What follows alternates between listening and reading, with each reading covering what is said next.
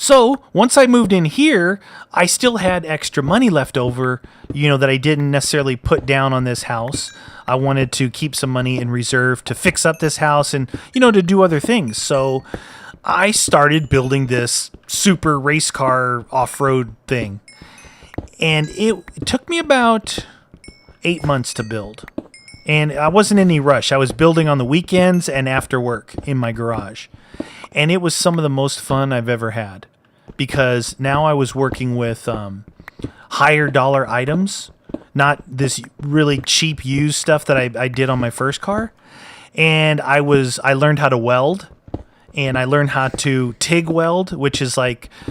a MIG welding is like a wire feed weld where, for normal metals and stuff. Well, a TIG weld is like a torch, and then you hand feed the material rod in with your other hand. So you can weld like stainless steel, you can weld aluminum with it, but you can do really good, strong welds on steel as well.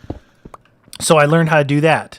And that's another hobby that I'll tell you guys about. So just so we're covered, hobby number 1 was the motorcycle stuff. Hobby number 2, we're talking about big hobbies, was woodworking. Hobby number 3 was metalworking.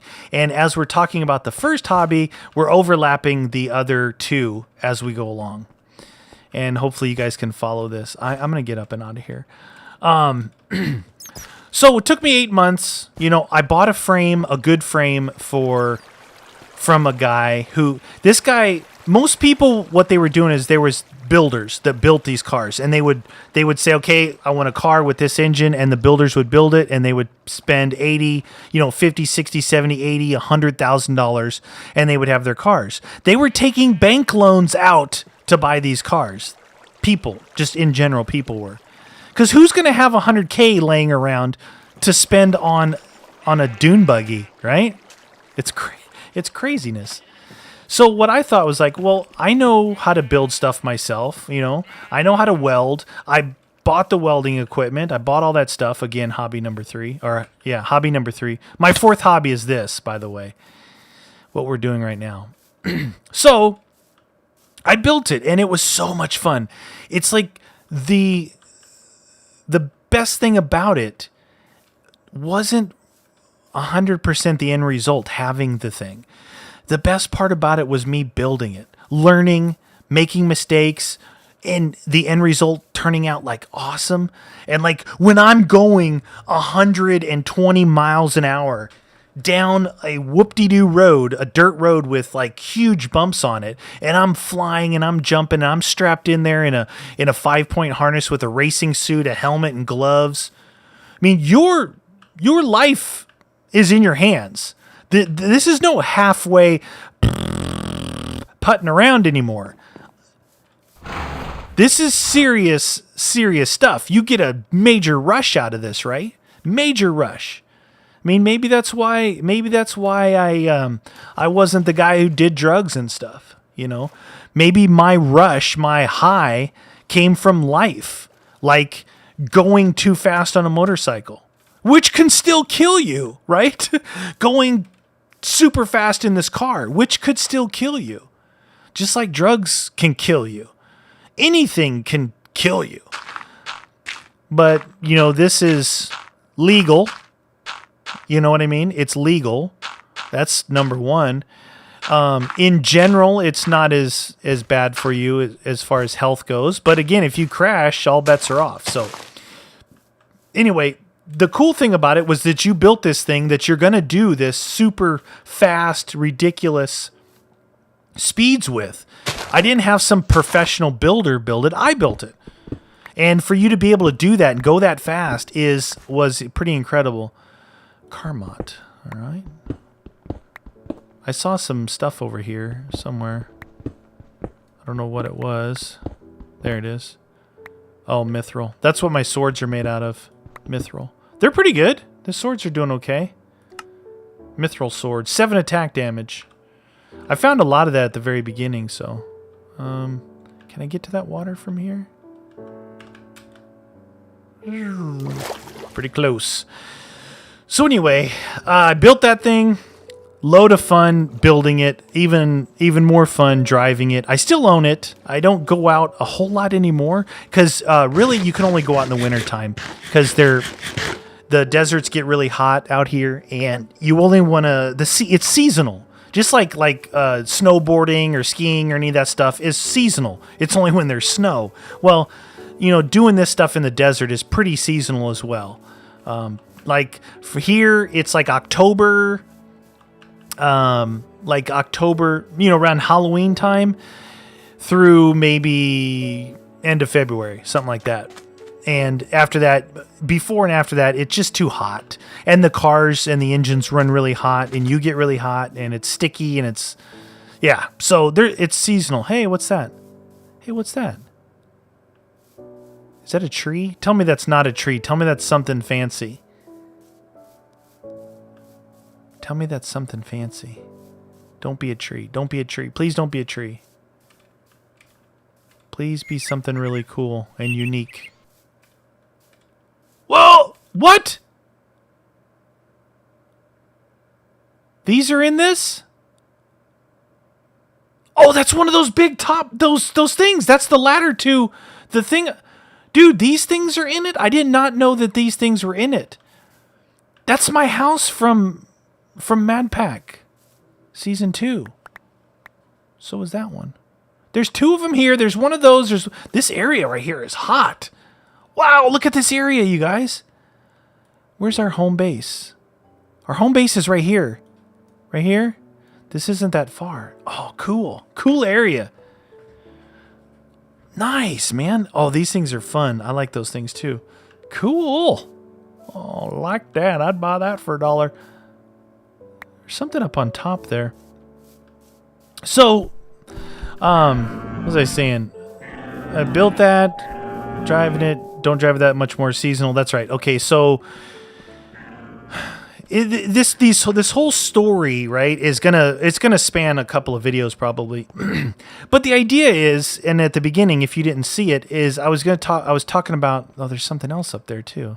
Oh, it's one of those. I don't care about those anymore. There's nothing up there. Iron blocks.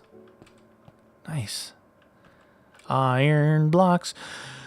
So I had a ton of fun doing that. But you can see what I was saying, I have an issue is my hobbies, I don't go halfway. I kind of go way overboard with them. But when I move on to another hobby, I almost completely drop that last one. It's like I don't have time in my hobbiness to have two, which that's not 100% true, but like I just don't. In general. So that my race car basically just is sitting in the garage. Haven't used it in a while. It's still 100% ready to go, but I just haven't used it in a while. Now, so that was my first hobby. But the funny thing about that hobby is it spanned 15 years from when I was a little kid, up till just recently. It spanned a long time. So my other hobby, when I bought my first house, I won't go too in depth with this one, but that hobby was monster spawner skeleton. Get out of here, son! I don't need no skeleton spawning up here. And I'm full of stuff. Clovers, grape seeds, regular seeds, essence seeds, dying shrub, clay, lapis. Get rid of all this stuff. Gravel. Tin. I don't want tin. Get rid of that. That's pretty good. All right, let's put this stuff up in here. Got a decent haul of stuff. Okay, we'll take these. So I won't spend a lot of time on the woodworking thing, but when I bought my first house, which is when I started, being able to, at the same time was the time I could afford the nicer motorcycles and stuff to go off-roading. When I bought my first house, I bought the worst house on the block, right? I bought the worst house on the block. I bought a fixer-upper, right? Because, well, that's all I could afford. For those, half of these. That's all I could afford at the time. And, wow, this is going to make like a lot of torches. That's good. I don't need to get too carried away here. That's all I could afford at the time. But it was also like, that's kind of like me. If you guys are seeing like my mentality, I like, I'm a self-made person. If that's a word. I'm a self-made person. My success in my job is because of me. I help other people. I train other people. I help other people learn what I know so they can have a better career and earn more money. But for me, I figured it out myself. I'm 100% self-made. And I like that. I don't like being reliant on other people. Because when I was young and reliant on other people, things didn't go so good for me. So it's kind of something I learned and developed to say, it's like a survival thing, right? Say, oh, you want things in life? You want this, that, or the other thing? You want to, whatever. Well, then you got to do it yourself. Don't expect other people to help you. Don't expect other people to give you handouts. Don't count or rely or expect on anyone but yourself. And if you can do that, you can be really successful. And like I said before, it's really gratifying knowing that you did it yourself. I mean, I may sound like a goofball, but that's the truth.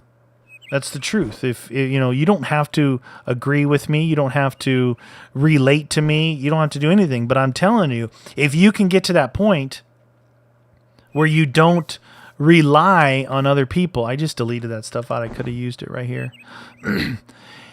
If you don't have to rely on other people, then like your success, it's like, I don't know, it's just so much easier. It's so much easier to do things. You don't have to rely on anybody. Like, you're on your own time schedule. Success, there's nobody there that you can blame either, though. You got to take responsibility for the mistakes as well, right? So, and I don't mind that. I'm not like, if you're gonna do it, you're gonna do it.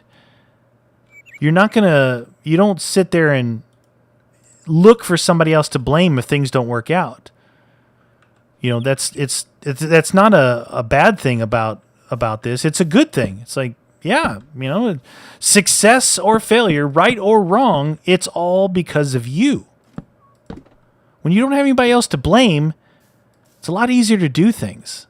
It's a lot easier to get things done. It really is. So, going back, that self-made, do things myself. So I bought this. This was the only house I could afford at the time. But I needed to buy a house because growing up, we never owned a house. We rented like roach-infested, motel rooms and trailers and, whatever through 10 different states. That's a whole nother story. Some of you guys have asked me about that story, and I'm just not sure. I'm not sure. I don't know if it would help. The only reason to tell that story, the only reason why I would consider telling this story of growing up to the time where we're talking about now is if it would help. Look at that. There's a ship there too. Ship, house, thing. Cool. This area is pretty cool. The only reason why I would consider even telling that story is if it would help you guys. I would never want to tell. Oh, jeez. I would never want to tell that story for like a poor me. That's not what I do. You guys, for all you know, I could have been a millionaire all my life. So what does that matter? I don't think it matters whether I'm rich or poor, as long as you're a good person. So only if that would help some of you out there that are possibly there right now, going through, looking for maybe a connection with other people out there. It's like, hey, times feel tough on me right now. It feels like the world is against me. All my friends have all these nice things. I have nothing. Well, if it were to help, then I would consider telling the story because it ends up being a success story because we are where we are now. Okay, proof is in the pudding. Anyway, back to where I was. So bought the first house and bought a fixer-upper, the cruddiest house on the block. And so it was a 1950 house, very old house. Hardwood floors, had a... it's not on a foundation, so if you need to redo plumbing, piping, electrical, you can get under the house. There's like a 1.5 foot crawl space, and then you also have an attic area. Because in California, we don't have basements. Some of you guys probably have basements. We don't have basements out here because of earthquakes. So I could do all this stuff. And this house that I bought had this workshop in the backyard. It had a garage in the front, but it had a workshop in the backyard. And I'm like, you know what? I want to get into some woodworking. I want to do some... I don't know if I should go in there first or we're going to hit all this stuff, but there's a ship out here. There's this thing. There's all kinds of stuff in this area. We should go over here and just look and see what's over here. So I thought, yeah, I'm going to fix this thing up myself, and save money, and make myself a nicer house. So I went and started buying some woodworking equipment like, table saw, routers. I'm talking about to make my own cabinets, all kinds of stuff. Stuff I needed to repair the hardwood floors. And over like a 3-year period of time, I did that. And I was woodworking like every day. I was woodworking. I'd come home, I'd make stuff. I was making, creating, gluing, and screwing together all this cool stuff. There's one of those underground things. Making all this cool stuff, fixing up the house, And again, I bought a workshop full of woodworking stuff. And it was good. It was good because at the time I was totally using it all. Now, this is where this really kind of puts this whole conversation into perspective. So now that I fixed up the house...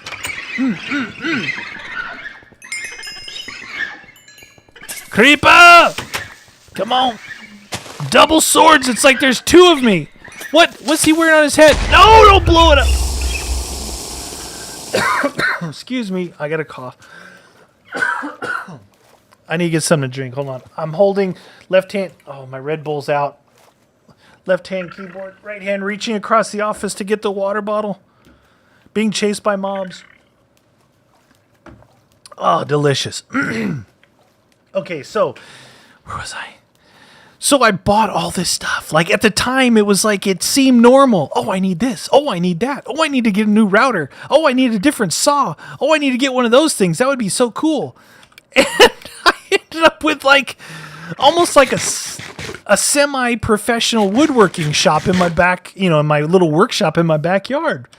But again, at the time, I was like, yeah, well, I'm fixing up my house. I'm not hiring contractors to do it. I'm doing it. And with all these tools, I'm able to do it. So 3 years later, I sell the house. In the cheapest house on the block, the ugliest one, ended up being the nicest one, selling for the most it ever did, any house did in the whole neighborhood. And I was proud of that because I fixed it all up myself. Now I move into my current house, and there's not as much woodworking that needs to be done here. At least I'm a little bit burnt right now. Like at the time when I moved in, I was a little bit burnt out on it. I was like, dude, I don't want to come home every day from work and do nonstop working. I don't want to come home from work to work, right? So we did a little bit of stuff. It had new carpet in here, so we didn't worry about redoing the hardwood floors. That was a big thing. So I just thought, I'm just going to live. I'm just going to live in it for a while.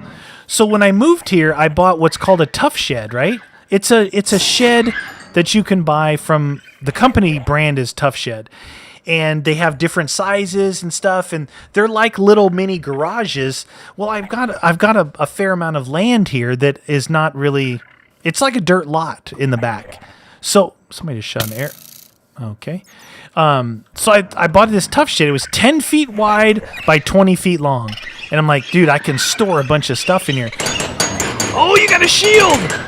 So I stored my woodworking equipment in there, and to this day, It's still stored in there. We're talking about, I've been here like, I don't know, more than 5 years. So I haven't used it. All right, that's the hello. Where are you? Whoa, what was that? Don't tell me that wasn't a cannon shot at me. All right. I'm going to run out of food. I'm going to have to go back for food and come back to this place. Because this fighting really takes a lot out of you. So I've stored all this stuff, right? It's just in my little tough shed out back. I haven't even touched it. That is like the beginning of the explanation of this long story. Don't you guys love the stories where like two videos ago I started this, right? Or one video ago, whatever it was. And now I'm just getting to like the meat and potatoes of why I'm even talking about this. Is that my hobbies, I have this issue where I go overboard. Like I really didn't need to buy all of that equipment. Even though I was using it, I didn't need it all. I mean, I had everything. Like, because it was fun, because it was tools. I love tools, right? Love having tools. How do I get home?